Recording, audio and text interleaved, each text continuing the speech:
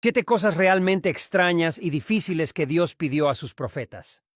¿Cómo reaccionarías si un día Dios te pidiera que hicieras algo que vaya en contra de tus principios, creencias y aún de tu propia dignidad? Algo que vaya en contra de lo que has aprendido a lo largo de toda tu vida. Algo tan difícil de hacer que negarte a hacerlo resulte ser indiscutiblemente la mejor opción. Cosas como caminar desnudo en la calle o comer algún alimento repugnante o quizás casarte con alguien realmente malo. La primera pregunta que quizás viene a tu mente es, ¿por qué Dios pediría algo así? Desde nuestra limitada perspectiva humana no existe ninguna razón para esto. Pero, ¿qué tal si de repente nuestros ojos del entendimiento divino se abrieran y descubriéramos que detrás de este tipo de peticiones existen razones tan sabias y perfectas que obedecerlas resulten ser el único camino correcto? Aunque Dios probablemente nunca te pediría que te cases con alguien malvado o que camines desnudo por la calle, hoy conocerás 7 historias de cosas realmente extrañas y difíciles que Dios le pidió a sus profetas. Aunque en un principio te van a parecer órdenes sin sentido, durante este video descubrirás la razón detrás de cada una de estas peticiones, una razón verdaderamente sabia y justa que nos harán entender nuestra inmensa limitación humana y la perfecta sabiduría de nuestro Creador. Primera cosa extraña que Dios pidió a un profeta: cocinar usando excremento humano como combustible. En Ezequiel 4 del verso 9 al 17, encontramos un asombroso relato en el cual Dios le ordenó a Ezequiel que cocinara su comida al fuego del excremento humano. Nos preguntamos naturalmente, ¿por qué hacer esto? ¿Qué beneficio obtendría el profeta de cocinar de esta manera? Sumerjámonos por un momento en la historia, para entender lo que estaba ocurriendo. En aquel tiempo, los judíos estaban sumergidos en su pecado, sin que dieran la más mínima señal de querer abandonarlo. Su destrucción a manos del despiadado rey de Babilonia se aproximaba, pero el pueblo y sus líderes cada vez hacían más evidente y desvergonzado su pecado contra Dios. Dios, por supuesto, quería conducirlos al arrepentimiento, para que las consecuencias de su pecado fueran algo tolerable, ya que lo que les esperaba era algo realmente espantoso. La ciudad de Jerusalén sería asediada y sitiada por 18 largos meses, y durante este tiempo, la falta de comida y provisiones haría que las cosas se pusieran realmente difíciles. Personas comiendo pasto y plantas, animales comiendo tierra. La falta de madera y productos para cocinar harían que tuvieran que usar el propio excremento como combustible para cocinar sus alimentos. Pero las cosas no se detendrían acá. Las personas tendrían que comer y beber sus propios desechos. El hambre llegaría al punto de que los padres empezaran a comer a sus propios bebés para poder alimentarse. ¿Empiezas a captar la gravedad de este asunto? Fue en este contexto que Dios le pidió a Ezequiel que cocinara su pan al fuego del excremento humano.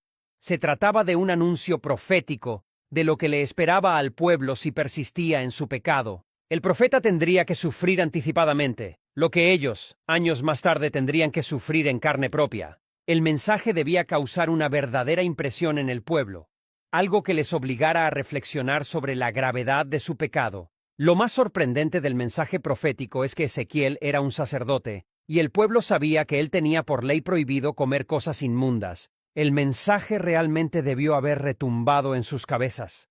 ¿Cómo un sacerdote limpio y santo podía estar cocinando con su propio excremento? No, muchos probablemente al ver al profeta haciendo esto debieron haber reflexionado y fueron movidos a arrepentimiento.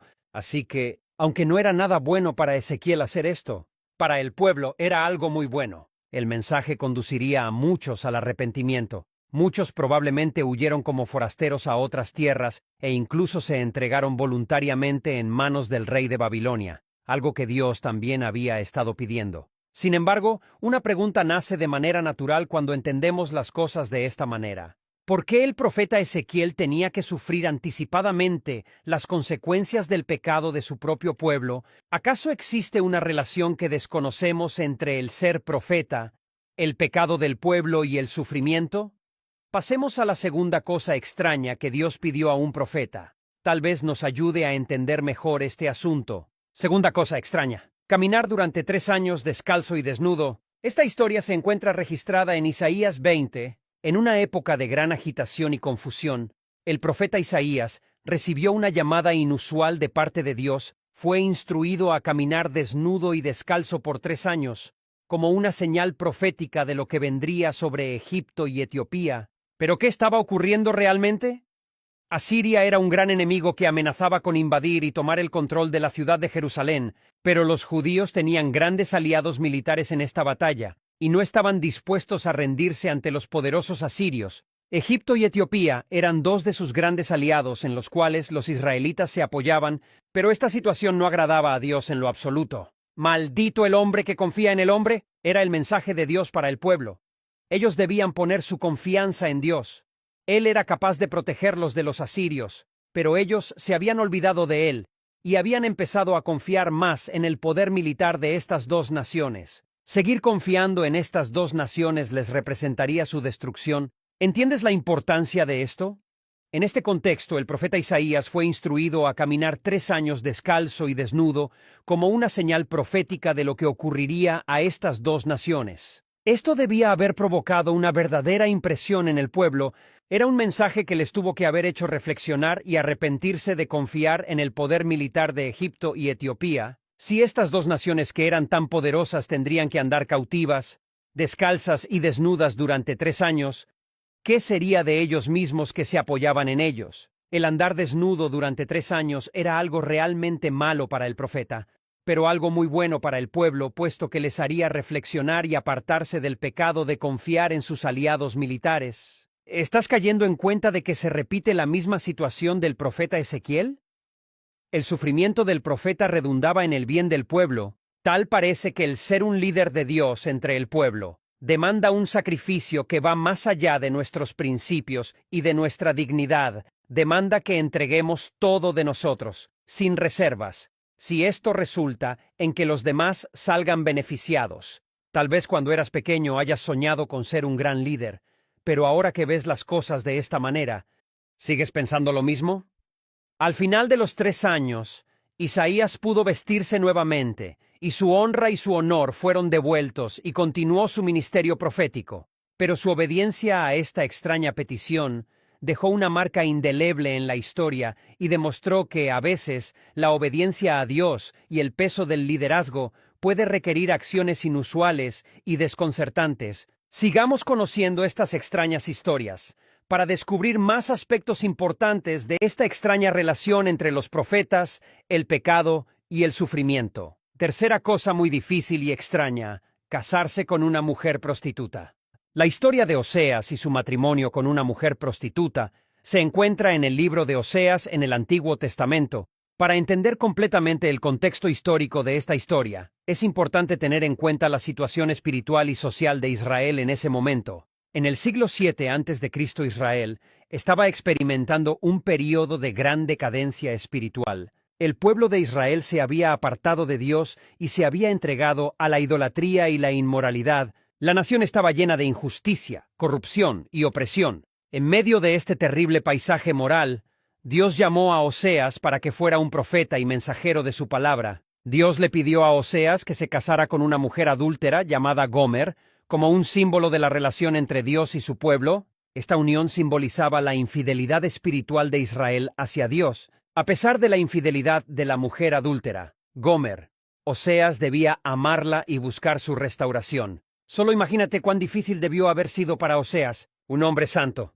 unirse a esta pecadora mujer y estar dispuesto a perdonarla y buscarla aún en sus peores momentos de infidelidad y aún cuando en muchas ocasiones tuvo que verla al lado de sus amantes. ¿Estarías dispuesto a hacer esto si Dios te lo pidiera?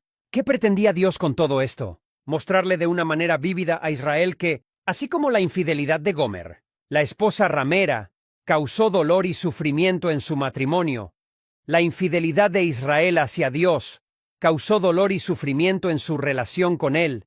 Este sufrimiento del profeta, sin duda, condujo a muchos a arrepentirse y apartarse de sus pecados. A través de la historia de Oseas, Dios nos muestra su amor incondicional y su deseo de restaurar la relación con su pueblo y con los pecadores a pesar de su infidelidad. Él está dispuesto a buscarnos aún en nuestros peores momentos de oscuridad, y aun cuando estemos sumergidos en el fondo del océano del pecado, Él nos sostiene y nos provee. aunque sea consciente que no vamos a administrar bien los bienes que Él nos da, y aun a sabiendas de que probablemente los usaremos para seguir ofendiéndole más. Es simplemente amor divino incondicional. ¿Sabes cuántas veces Dios te ha provisto y te ha ayudado, aun cuando tú pecabas con todas tus fuerzas contra Él? Una gran enseñanza, sin duda, pero que otro importante aspecto se esconde detrás de esta relación entre la profecía, el pecado y el sufrimiento. Cuarta cosa extraña: herir y golpear a otro profeta amigo. Esta historia se encuentra en el primer libro de Reyes 20 del 35 al 43. En medio de una guerra contra el rey de Siria, Dios envió un profeta a Acab para instruirlo a atacar y asegurar la victoria sobre sus enemigos, los sirios, una nación despiadada y cruel contra el pueblo de Dios. Aunque Acab era un rey malvado, Dios misericordiosamente le concedió la victoria sobre Siria, pero inexplicablemente el rey Acab terminó desobedeciendo a Dios y aliándose ese mismo día con el rey de Siria, quien era un declarado enemigo de Dios y su pueblo. Acab debía saber las consecuencias del terrible pecado que acababa de cometer. Y no solo esto, sino debía dictar su propia sentencia por lo que acababa de hacer. El mensaje era urgente, así que Dios envió a un profeta para confrontar y llevar este mensaje a Acab. Este profeta debía dictar la sentencia contra el rey Acab, después de que él dictara su propia sentencia. Pero ¿cómo Dios podía lograr esto? ¿Cómo es que un rey malvado podría pronunciar el juicio de su propio pecado? El plan de Dios era realmente brillante y sabio. Un hombre debía presentarse ante él y proponerle un dilema moral que llevara inevitablemente al rey, sin saberlo, a pronunciar su propia sentencia. Cualquier película de suspenso y psicología se quedará en pañales ante la historia que estás a punto de escuchar. El dilema consistía en presentarse como un soldado herido, al cual se le encomendó el cuidado de un prisionero rival. Él no debía dejar escapar a este prisionero, o pagaría con su vida. Acab, que era un hombre implacable, sabía que dejar escapar a un prisionero de guerra era un crimen imperdonable. Lo que Acab no sabía es que esto era exactamente lo que él acababa de hacer al dejar escapar al rey de Siria. Sin embargo, para que el mensaje fuera exitoso, el profeta debía presentarse como un soldado que realmente acababa de salir de una batalla con heridas y golpes. Acab no debía sospechar que este hombre no era un soldado, sino un profeta. ¿Pero quién heriría al profeta para que realmente pareciera herido? Es en este contexto que Dios mandó un profeta a herir a otro profeta para que pudiera dar el urgente mensaje al rey. ¿Comprendes la importancia de este asunto? Un primer profeta se negó a hacerlo, desobedeciendo la palabra de Dios mismo, y sufrió ese mismo día las consecuencias de su desobediencia. Finalmente un compañero profeta obedeció, y el hombre finalmente se presentó vestido como un soldado herido, para proponer el dilema moral al rey Acab. Y como Dios lo había planeado, el rey, sin saberlo, terminó dictando su propia sentencia, la cual se cumpliría años más tarde, cuando murió trágicamente en una batalla. Él no había querido obedecer a la voz de Dios y dejó libre a su enemigo. Las trágicas consecuencias no tardarían en llegar. Tal vez, en situaciones normales, consideres que golpear a alguien es algo que Dios no pediría. Pero si consideramos el contexto de la petición, fue una petición perfectamente coherente con el espíritu de la tarea que Dios solicitaba. Se trataba simplemente de dar un mensaje coherente y real, aunque esto significara sufrir heridas. Dios muchas veces puede pedirnos cosas que nos pueden parecer muy extrañas y vayan en contra de nuestra dignidad, pero detrás hay un escenario que desconocemos, y que solamente a través de la obediencia podríamos descubrir. Al final descubriremos que todas las cosas que Él nos pidió o nos ordenó eran perfectamente coherentes, pero nuestra limitación humana nos impedía verlas. Sigamos entendiendo este asunto del sufrimiento de los profetas desde otra perspectiva, desde el punto de vista del juicio sobre el pecado. Quinta cosa extraña: ungir a un asesino y traidor como rey de Siria para que castigara a su propio pueblo. La historia de Dios pidiendo al profeta Eliseo que ungiera a Hazael como rey de Siria se encuentra en el libro segundo de Reyes 8, en el Antiguo Testamento. Para comprender completamente el contexto histórico de esta historia, nuevamente es importante tener en cuenta la situación moral y espiritual de Israel en ese momento. En el siglo 9 a.C., Israel estaba experimentando un período de gran inestabilidad política y espiritual. El reino de Israel, constituido por 10 tribus de Israel, había estado pecando deliberadamente contra Dios, comenzando por sus propios líderes y el malvado rey Acab. Cometiendo todo tipo de pecados de tipo físico y espiritual, Dios les había tenido mucha paciencia, pero ya estaba llegando la hora de empezar a corregir un poco la situación, permitiéndoles experimentar las consecuencias de sus propios pecados. En medio de este contexto, Dios llamó a Eliseo para que fuera un profeta y mensajero de su palabra. Dios le reveló a Eliseo que Hazael sería el próximo rey de Siria y le ordenó ungirlo como tal. Aunque esto parecía extraño y doloroso para Eliseo, ya que sabía que Hazael sería un instrumento de castigo para Israel debido a sus pecados, Eliseo siguió las instrucciones de Dios. Esta situación generaba un gran dolor en el profeta, ya que sabía que el ascenso de Hazael traería sufrimiento y castigo para el pueblo de Israel. Lo sorprendente de esta historia es que tan pronto Eliseo ungió a este hombre, el recién ungido rey no dudó ni un segundo en asesinar a quien era el rey en ese momento, mostrando el implacable carácter de este traidor a quien Dios mismo había elegido para castigar y corregir los pecados de su pueblo. Tal vez esto conduciría al pueblo al arrepentimiento. La lección que podemos aprender de esta historia es la inevitabilidad de las consecuencias del pecado y cómo éstas están en manos de Dios y no en nuestras manos. Aunque Eliseo sabía que el ascenso de Hazael traería sufrimiento a Israel, entendía que era importante seguir las instrucciones de Dios. Esta historia nos enseña que Dios puede utilizar aún al más grande pecador para llevar a cabo sus justos y perfectos planes. Solo piensa que Dios muchas veces coloca por encima de nosotros a personas para que nos corrijan y nos traten de tal manera que nuestro corazón termine suplicando la presencia y el acompañamiento de Dios. Eliseo, a pesar del dolor que le causaba, entendía que la soberanía de Dios estaba por encima de todo y que las acciones de los seres humanos no estaban exentas de consecuencias. Esta historia nos insta a reflexionar sobre nuestras propias decisiones y acciones, y a reconocer que el pecado tiene consecuencias inevitables. Nos aproximamos a los 2 últimos casos de sufrimiento de los profetas.